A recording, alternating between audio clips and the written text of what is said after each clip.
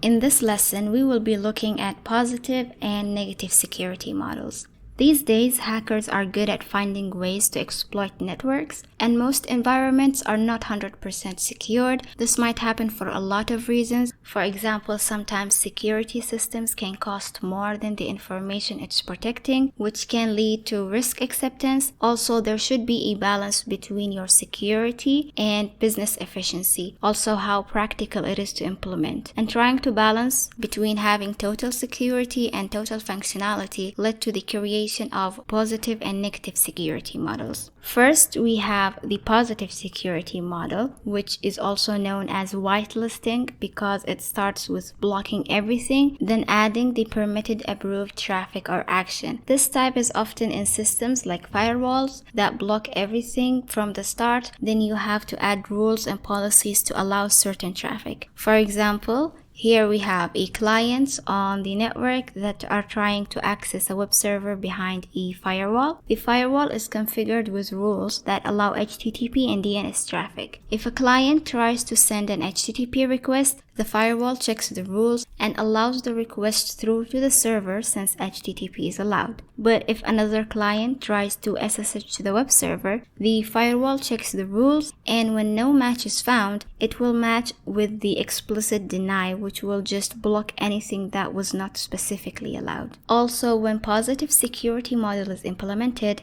zero-day attacks, the new not discovered attacks, are significantly reduced or eliminated. Also, if an application is changed or modified, new policies or rules must be created for the application to continue working. You also need to make sure to have specific rules to not block other traffic and create false positives. Negative security model is the complete opposite. It's based on detection and uses blacklisting, basically allowing everything and blocking detected threats and previously known attacks. This detection is based on things like signatures and attack patterns, like in antiviruses and intrusion prevention systems. And most importantly, implementing this model is quicker and reduces false positives because it allows everything related to the application while rejecting anything that was specifically denied. Because of that, it cannot prevent zero-day attacks. When you want to choose one of those two models to implement, for example, when it comes to application security, we have content variability, which is used as a measurable value to measure the content we're trying to secure. It includes multiple things like the number of objects in the application, the number of content within the application, also how frequent the content of the application changes. All these factors are used to determine the amount of effort needed to achieve the result with the chosen security model. The higher the variability of the content and complexity of the application's known content, the easier it is to define a policy using the negative security model, and the more effort needed to use the positive security model, because you will need to set a rule for each of these contents to allow them specifically.